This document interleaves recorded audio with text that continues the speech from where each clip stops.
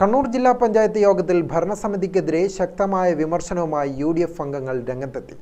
ജില്ലാ പഞ്ചായത്ത് നടപ്പാക്കിയ പല പദ്ധതികളിലും ക്രമക്കേടുകൾ ഉണ്ടെന്നും പദ്ധതിക്ക് പിന്നിൽ നടന്ന അഴിമതി മൂലം പദ്ധതികൾ പലതും ഫലം കണ്ടില്ലെന്നും UDF അംഗങ്ങൾ ആരോപിച്ചു. ക്രമക്കേടുകളിൽ വിജിലൻസ് അന്വേഷണം വേണമെന്നും UDF ആവശ്യപ്പെട്ടു.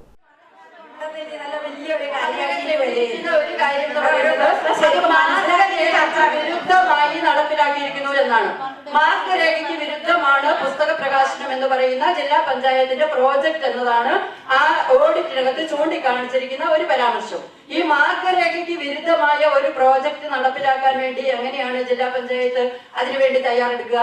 DPCയിൽ ഈ പദ്ധതി അംഗീകരിക്കുമ്പോഴും നടപ്പിലാക്കുമ്പോഴും പദ്ധതി പ്രകാശനം ചെയ്യുമ്പോഴും നമ്മൾ എല്ലാവരും കൂടി അംഗീകരിച്ചുകൊണ്ടാണല്ലോ ചെയ്തിട്ടുള്ളത്. ആരും വിളിച്ചു വെച്ചിട്ടൊന്നല്ലോ ഈ പദ്ധതി പ്രകാശനം ചെയ്തിട്ടുള്ളത്.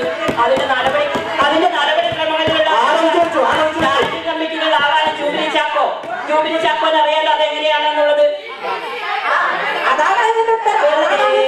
പ്രസംഗിക്കണ്ട, ഇതൊന്നും വെറുതെ പറഞ്ഞിട്ട് നമ്മുടെ ഒരു പ്രശ്നമായിട്ട് പോകേണ്ടതില്ല.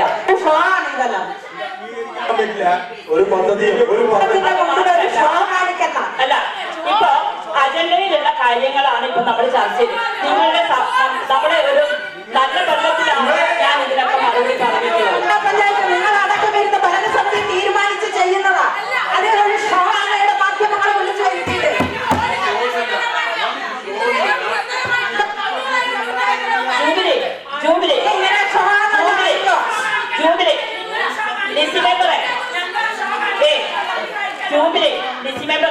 ഇന്നത്തെ സ്റ്റാൻഡിംഗ് കമ്മിറ്റിയിൽ അവതരിപ്പിച്ച UDF മാധ്യമ ശ്രദ്ധ പിടിച്ചുപറ്റാൻ നാടകം കളിക്കുകയാണെന്ന് LDF അംഗങ്ങൾ ആരോപിച്ചു.